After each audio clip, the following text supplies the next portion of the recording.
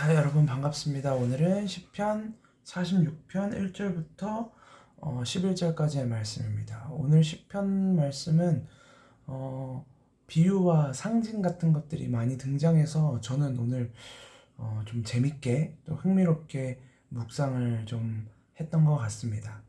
1절을 보면 하나님은 우리의 피난처시오 힘이시오 환난 중에 만날 큰 도움이시라 이렇게 노래를 하고 2절부터 3절까지는 이제 어떻게 흔들리는지에 대해서 이야기하죠. 그러므로 라고 얘기하는 건 하나님이 우리의 피난처고 도움이시기 때문에 이렇게 되더라도 괜찮다 이제 라는 이야기인데, 그 환란의 요소들이 뭐냐면 땅이 변하든지 산이 흔들려 바다 가운데 빠지든지 바닷물이 솟아나고 뛰놀든지 그것이 넘침으로 산이 흔들릴지라도 이제 이렇게 이야기하고 있는데, 하나님이 우리의 도움이신 것과 이 2번, 3번은 어떻게 연결이 되는가?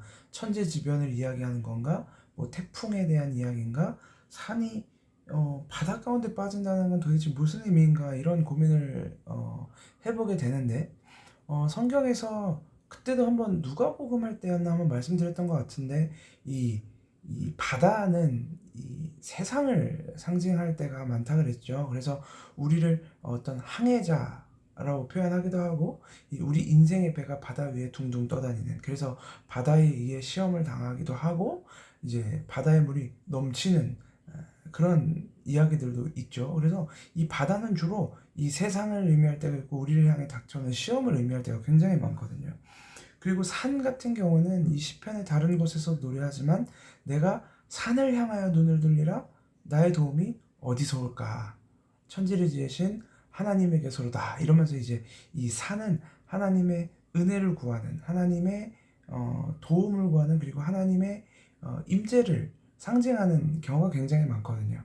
그래서 이게 이 2절에서 3절에서 이야기하는 게 산이 흔들려 바다에 빠진다라는 건 실제로 무슨 하나님의 영광이, 하나님의 임재가 세상 가운데 빠진다라는 의미가 아니라 그것이 우리 가운데 있는데 자꾸 침투해 들어오는 거예요. 세상의 고난과 세상의 유혹과 세상의 실질적인 요소들이 자꾸 이 우리 안에 있는 하나님의 임재나 하나님의 영광을 침범해 들어올 때, 그럴 때에도 하나님이 우리의 도움이시고 피난처시기 때문에 내가 두려움이 없다.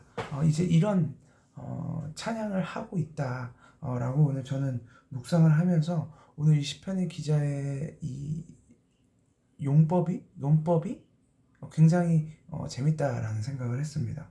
또 쭉 이어가다 보면 이제 8절부터 와서 여호와의 행적을 볼지어다 그가 땅을 황무지로 만드셨도다 쭉쭉쭉쭉 하면서 이제 10절에 이르시기를 너희는 가만히 있어 내가 하나님 됨 알지어다 이제 이런 찬양을 시작하는데, 여러분도 잘 알다시피 이 10절의 내용은 출애굽기에서 이 홍해를 앞둔 이스라엘 백성들을 향하여 하나님이 하셨던 말씀과 동일하거든요.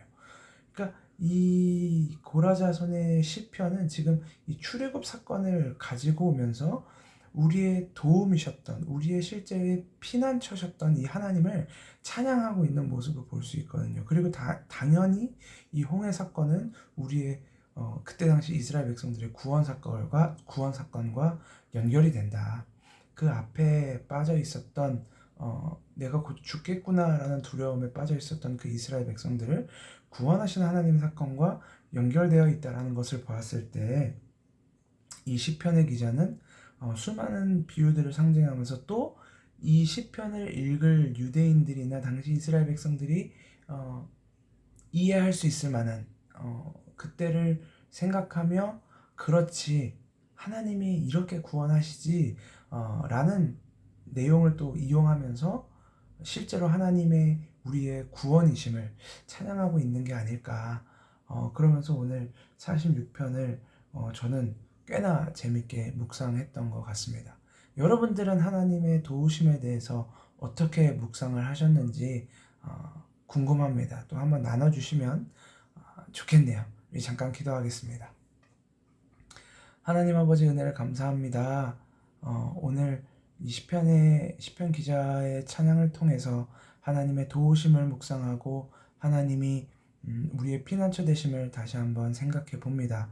하나님 우리에게 수많은 피난처가 필요하지만 우리가 다른 것 의지하지 않고 오직 하나님이 우리의 피난처 되심을 기억하며 오직 하나님만 붙들고 하나님의 은혜만 구하며 나아가는, 그렇게 무너져가는 우리의 믿음을 다시금 세워가시는 그 하나님을 붙들고 살아갈 수 있도록 인도하여 주시옵소서. 살아계신 예수 그리스도의 이름으로 기도합니다. 아멘. 네, 내일 뵙겠습니다.